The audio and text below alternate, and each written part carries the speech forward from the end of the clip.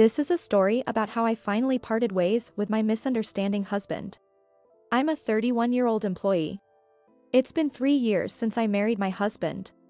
Originally, we were colleagues, but I changed jobs when we got married. The place we lived in was the countryside, and quitting your job when getting married was kind of a tradition there, which made me uncomfortable. This was the main reason for me to change jobs. The company I worked at was somewhat insular, and for better or worse, it had an old-fashioned character. It might have been that way because it was a local company.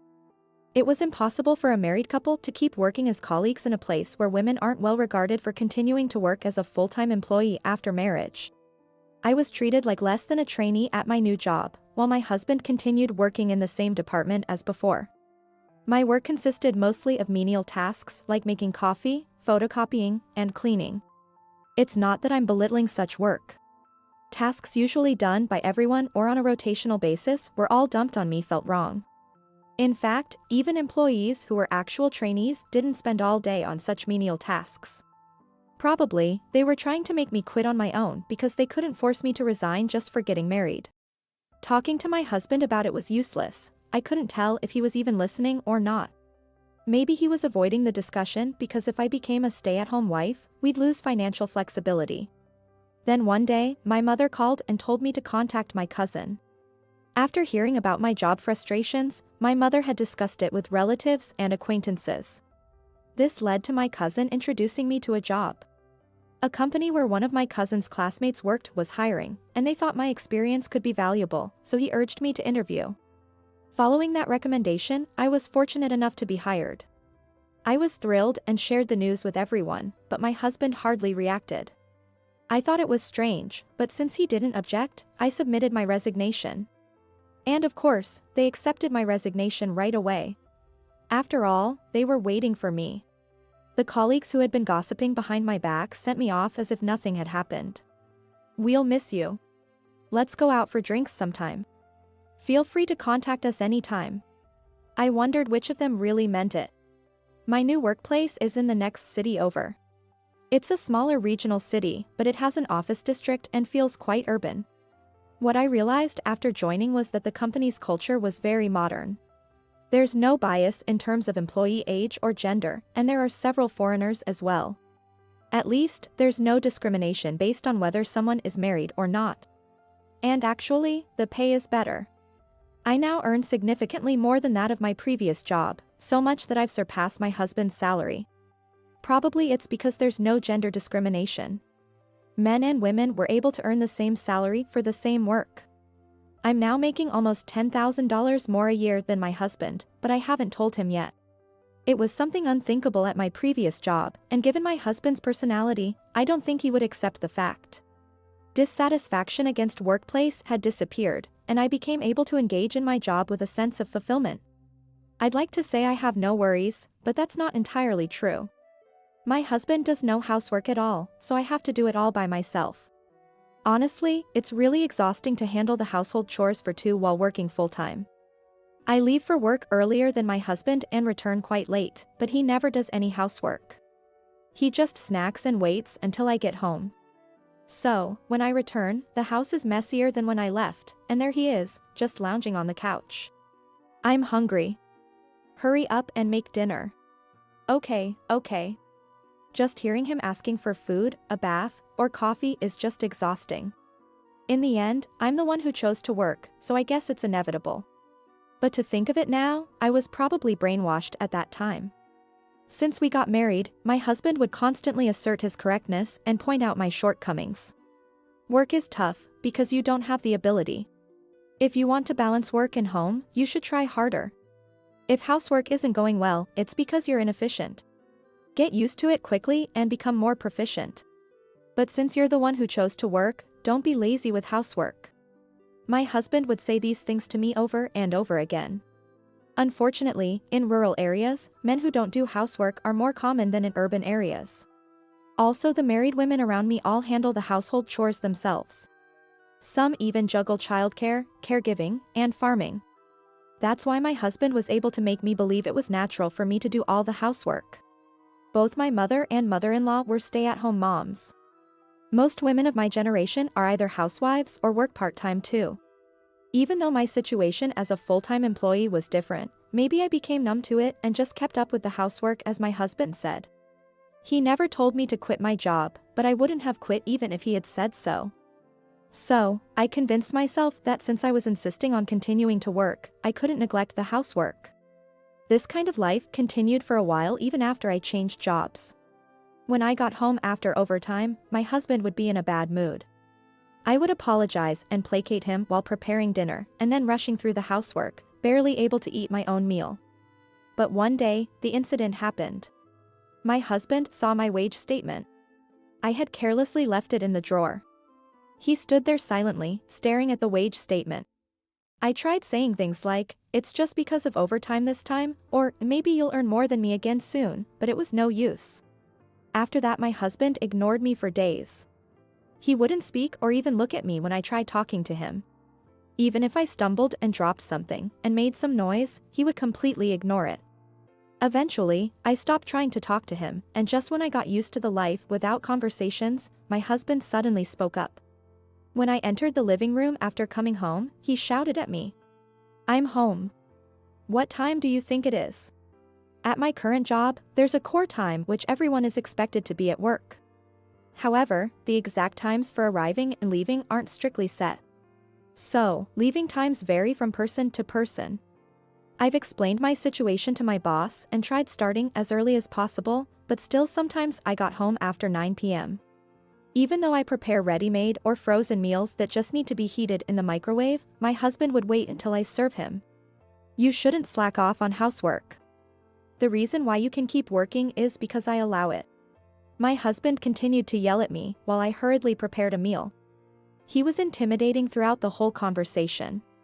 "You're just going to skip cleaning and the laundry and go to bed, making an excuse that it's too late.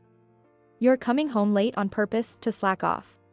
I always did the quiet housework tasks, even when I got home late, but they were far from perfect. So, I thought I deserved to be scolded. I blamed myself. "Monica, are you listening?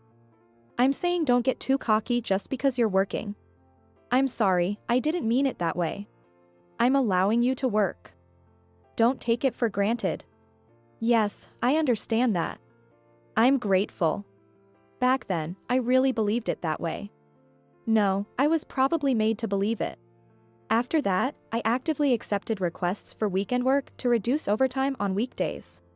I vacuumed and did laundry every day, trying hard to keep up with the housework. And then, a few months later, I suddenly woke up to the reality. Why am I struggling so much on my own? The trigger was a colleague's lunchbox. Her husband was in charge of cooking at their house and even made her lunch. I was surprised, but my other colleagues weren't. While they were envious, they talked about how normal it was to share household duties when both partners work.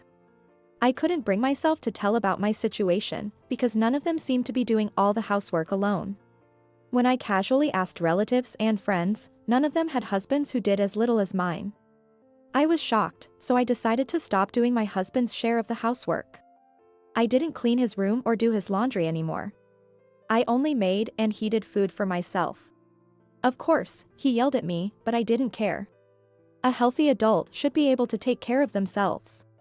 I leave for work much earlier than my husband and return home quite late. Yet, why do I have to be chased by household chores until after he has gone to bed? It's not right for me to be doing all the housework. He could rant all he wanted about how housework is a woman's job or that it's a wife's duty to take care of her husband, but I ignored him and started eating. "So, you're acting like you're somebody just because you're earning a bit more money." He stormed out of the house.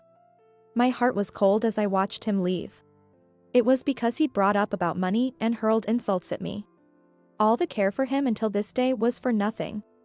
I couldn't take it anymore. From the next day, my husband stopped coming home.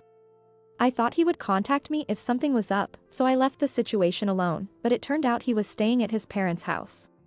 We had some discussions, at times when he came back to get his clothes. But each time, he hurled abuse at me and even shoved me a few times. It was supposed to be a last chance, but it seemed pointless. If I had seen any willingness to compromise from him, I was open to the idea of rebuilding our relationship. But it really was impossible. Having made up my mind, I started the process of getting a divorce. first, I casually mentioned it to my mother. We talk regularly, so she was supportive of my decision of divorce. In fact, she said I had done well to endure this long and that it was actually overdue. Next, I consulted my mother-in-law. I called her on a weekend when my husband wasn't around. Although we don't meet often, she's always been a kind person and cared about me. She seemed surprised when I told her about considering divorce, but she said she'd be on my side. After that, I visited a lawyer's office. I submitted evidence of my husband's actions up to that point. The main evidence was a timeline of events and a diary of mine. I also included photos of bruises from when he shoved me and a recorder with several instances of his verbal abuse. The lawyer said that it was a borderline case for domestic violence liability, but it should be worth it. So, I requested that in exchange for not asking for alimony, we would forego dividing assets. I rented a room near my workplace and packed my belongings. On the day I moved my stuff out, I decided to settle things with my husband. He had been buying meals from the supermarket and came home every day because he didn't want to trouble his parents. When I told him we needed to talk, he didn't respond. The usual silent treatment, I guessed. But I didn't care and said what I needed to. Let's get a divorce. I'm leaving. From now on, please talk to my lawyer. I left my lawyer's business card on the table, but he didn't even look at it. He seemed to think that if he ignored me, I would beg for forgiveness. I left the house and never returned. Strangely enough, my husband continued to contact me directly afterwards. And his messages were unrelated to the divorce, like asking to have a meal together or suggesting a drive while going shopping. When I ignored them, he sent even more delusional emails, accusing me of being stubborn and saying he'd forgive me if I came back and apologized. At the lawyer's office during discussions, he was overly confident. He seemed to think that I'd be the one in trouble due to the divorce, expecting me to cry and apologize. Smirking, he signed the divorce papers with an air of importance. I quickly collected the papers, fearing he might change his mind and tear them up, and submitted them to the courthouse on the same day. Later, I heard from the lawyer that my husband hadn't believed I would actually file for divorce. When he realized I was serious, he started demanding alimony and asset division, but there was no further communication after that. I think my mother-in-law might have scolded him and stopped him. Even after the divorce, I continued to receive delusional emails from my ex-husband, but I ignored them. However, I unexpectedly ran into him while I was out. It happened when I was eating at a shopping center. I was with friends from my school days, and he was with his colleagues. His companions were former colleagues of mine, so naturally, I knew them all. While everyone had awkward expressions, they managed to pull my ex-husband away from lurking around our table. My friends, having only met my ex-husband once at our wedding, were somewhat creeped out by him. That's my recently separated ex-husband. He's been following me around, and it's troubling. When I said that, my friends approached his table, and as they passed by, they said, "He's a stalker, that's awful." Ew. Creepy. My ex-husband, who is timid around other women, left the scene as if fleeing. After that, the delusional emails from my ex-husband stopped, and I've been enjoying living alone.